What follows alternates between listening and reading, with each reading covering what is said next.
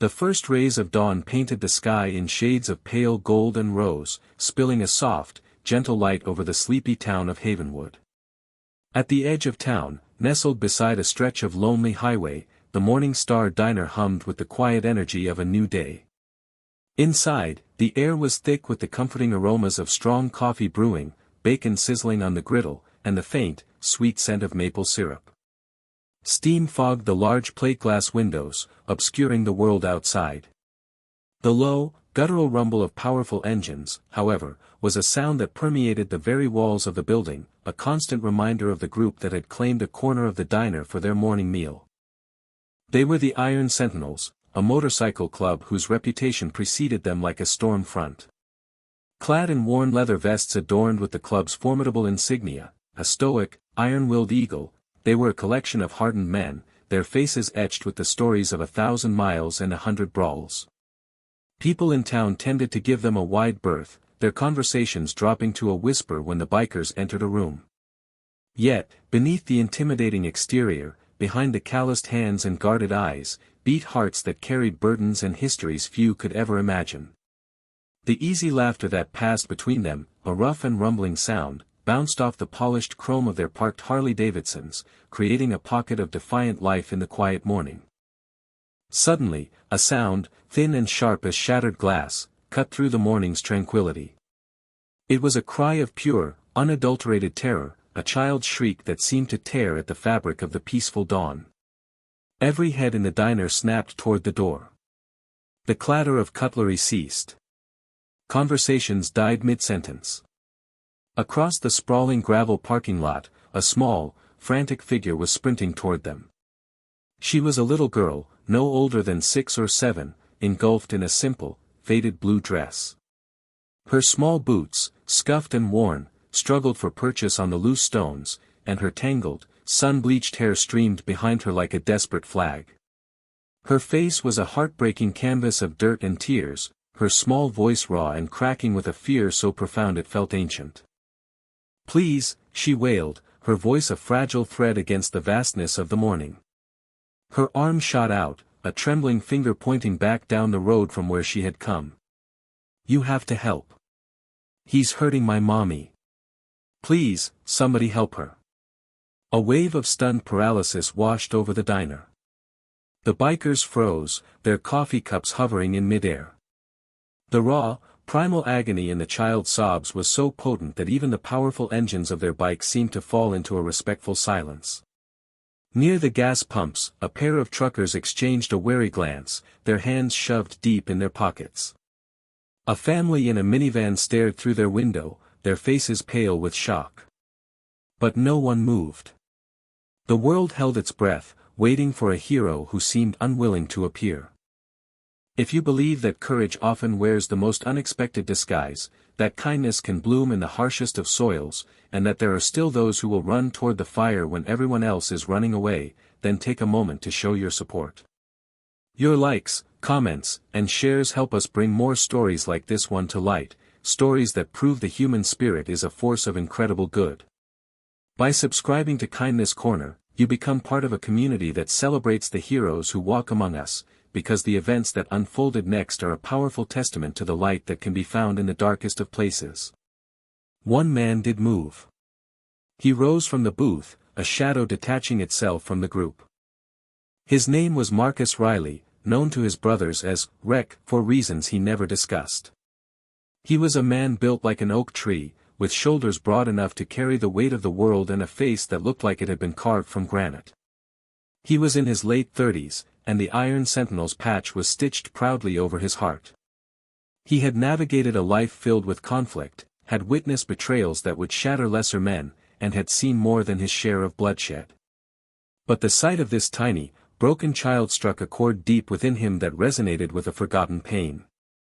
He crossed the diner in 3 long strides and knelt in the gravel, bringing his formidable presence down to her level. The ground was cold and damp, but he didn't notice. He gently took her trembling hands in his own, his large, calloused fingers enveloping hers. His voice, usually a low growl that could command instant obedience, was uncharacteristically soft, though it still held the rough texture of gravel and smoke. Hey now, little one. It's okay. Where is your mom? The little girl, whose name was Lily, could hardly form words through her gasping sobs. She pointed again, her small body shaking uncontrollably, toward a dusty, unpaved track that veered off the main road, disappearing into a thicket of overgrown trees that hid a small, dilapidated cluster of trailers. He's beating her, she choked out, her blue eyes wide with a horror no child should ever witness. The bad man is back. Please, you have to make him stop. A switch flipped inside Marcus. The brief softness in his eyes hardened into chips of flint. Without another word, he rose to his full, imposing height, his face a mask of cold, resolute purpose. He turned to his brothers. Grizz, Saint. You're with me, he commanded, his voice low and dangerous. He didn't need to say more. A silent, instantaneous understanding passed between them, a bond forged in loyalty and shared experience. The three men moved with a fluid, practiced grace, swinging their legs over the leather saddles of their machines. The silence was violently broken as three Harley-Davidson engines roared to life in perfect, thundering unison. The ground vibrated with their power. With a screech of tires on pavement, they tore out of the parking lot, leaving a cloud of dust and stunned silence in their wake. The patrons of the Morning Star Diner watched, mouths agape, as the bikers disappeared down the dirt track, their red taillights vanishing into the trees like angry, receding eyes. Back at the diner, Lily was still shaking, a fragile leaf in a storm. One of the remaining bikers, an older man with a graying beard and kind eyes, gently guided her inside. He took off his own heavy leather vest, a garment that smelled of the open road and engine oil, and wrapped it around her small shoulders. It swallowed her whole, a protective shell against the cold and the fear. He sat her down in the booth Marcus had just vacated, and the waitress, her own eyes glistening with tears, quickly brought over a steaming mug of hot chocolate topped with a mountain of whipped cream. Lily sat by the window, clutching the warm mug, her wide, terrified eyes fixed on the spot where the motorcycles had disappeared, a silent, desperate vigil for the return of the unlikely saviors. The minutes stretched into an eternity. The quiet of the morning returned, but it was now a tense, heavy silence, filled with unspoken anxieties. Nearly 5 minutes passed. Then, carried on the morning breeze, came the faint but unmistakable sounds of chaos. Distant, enraged shouting, the sharp, percussive sound of splintering wood, followed by a woman's piercing cry of both terror and relief.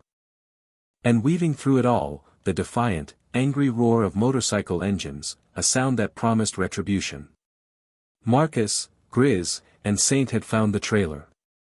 It was even more decrepit up close, a rusted metal box that seemed to sag with despair. The door hung crookedly on one hinge, and as they dismounted, a violent crash from within propelled them into action. Marcus didn't bother with the handle, he slammed his boot into the door, and the flimsy frame exploded inward. The scene that greeted them would be seared into their minds forever. The inside of the trailer was small and squalid, the air thick with the stench of stale beer and fear. A large, disheveled man, his face flushed with drunken fury, had a woman cornered against a peeling, water-stained wall. His knuckles were already bruised and bloody, his voice a slurred torrent of venomous rage. The woman, her face a heartbreaking mosaic of old and new bruises, stared at him with terrified, defiant eyes. A single, grimy window allowed a sliver of morning light to slice through the gloom, illuminating the terror on her face and the fresh tears tracking through the grime on her cheeks. The man raised his fist to strike again. But before his blow could land, the thunderous sound of heavy boots hitting the linoleum floor made him freeze. In a movement too fast to track, Marcus was on him. He grabbed the man's wrist mid-swing, his grip like a vice of solid steel. With a sharp, brutal twist, he forced the man's hand open, causing the half-empty liquor bottle he was clutching to fall and shatter on the floor, spreading the sharp, acrid smell of cheap whiskey. Before the man could even register what was happening, Grizz, a mountain of a man, had him pinned against the opposite wall, his struggles as useless as a fly caught in a web. Marcus didn't waste a single word on the pathetic excuse for a man. He turned his full attention to the woman, his fierce expression instantly melting into one of profound concern. "Ma'am? Are you all right?" he asked, his voice shaking slightly with the effort of containing the volcanic anger raging within him. She could only nod weakly, a fresh wave of tears spilling down her swollen cheeks as the dam of her terror finally broke. She slid down the wall to the floor, her body trembling with shock and relief. It was then that the distant, rising wail of police sirens began to echo through the trees. A neighbor, hearing the commotion, had finally made the call. When two sheriff's deputies arrived, weapons drawn, they were met with a scene that defied their expectations. The bikers weren't fleeing. They were standing calmly in the small, weed-choked yard, their hands raised in a clear, non-threatening gesture. The little girl, Lily, who must have run back from the diner after them, was clinging tightly to Marcus's leg, her face buried in the rough denim of his jeans. The woman, whose name was Sarah, staggered out of the trailer, leaning on Saint for support.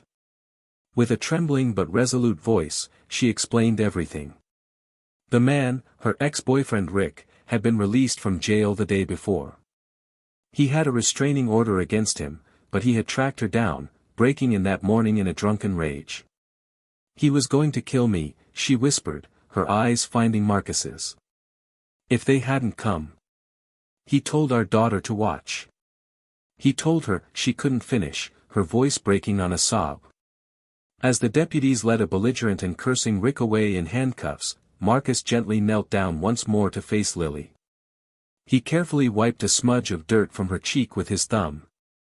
"You did a good thing today, kid," he said, his voice thick with emotion. "Running for help like that. That was the bravest thing I have ever seen. You're a little warrior." He lifted her effortlessly onto his motorcycle, settling her in front of him on the seat. He placed his own helmet on her head, and it was so large it wobbled comically, covering her eyes. She giggled, a small, watery sound that was the most beautiful thing the bikers had heard all day. Together, they rode back to the Morning Star Diner, with Sarah and the other two bikers following closely behind. Lily held on to the handlebars, the world a blur around her, the once frightening rumble of the engine now a deep, comforting purr of protection. The sun was now fully above the horizon, bathing the world in a warm, hopeful light. By the time they pulled back into the parking lot, a small crowd had gathered. The truckers, the family from the minivan, and several locals who had heard the sirens had all congregated, their faces etched with anxious curiosity. A palpable silence fell over the group as they saw Marcus carefully lifting the little girl from his bike, safe and unharmed. When they saw Sarah walking slowly behind him, bruised and shaken but alive, a collective sigh of relief seemed to ripple through the air. The world felt still for a moment, as if no one wanted to break the sacred spell of the reunion. Sarah, her voice still trembling, tried to find the words to thank them, repeating, "Thank you," over and over like a prayer. "I didn't think anyone would listen," she whispered, looking at the intimidating group of men who had become her saviors. "I thought we were all alone." Marcus simply looked at her, then nodded toward the little girl who was now holding her mother's hand in a tight grip. "She made sure we did," he said. Lily's cheeks were still flushed and tear-stained, but for the first time that morning, a faint, fragile smile touched her lips. The diner's owner, a kind, motherly woman named Marge, came bustling out with thick blankets and steaming mugs of coffee, handing them over without a word. Then, a remarkable thing happened.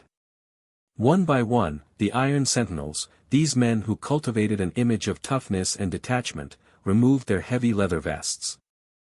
They draped them gently around Sarah and Lily, a silent, profound gesture of protection and solidarity. Even the deputies, who were finishing up their report, paused and looked away, a silent acknowledgement of the powerful, unexpected moment of grace they were witnessing.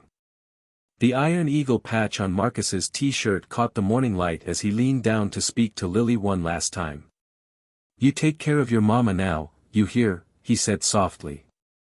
"You're her little guardian angel." The girl nodded seriously, her small fingers gripping the edge of his sleeve as if to anchor herself to his strength. News of what the Iron Sentinels had done spread through Havenwood like a wildfire. By lunchtime, the story was on everyone's lips, the tale of the terrified little girl who ran to the bikers for help, and how these supposed outlaws had acted without a moment's hesitation. Throughout the day, strangers stopped by the diner, not for food, but to shake the hands of Marcus and his crew, to offer a quiet word of thanks for stepping in when so many others had simply stood by and watched.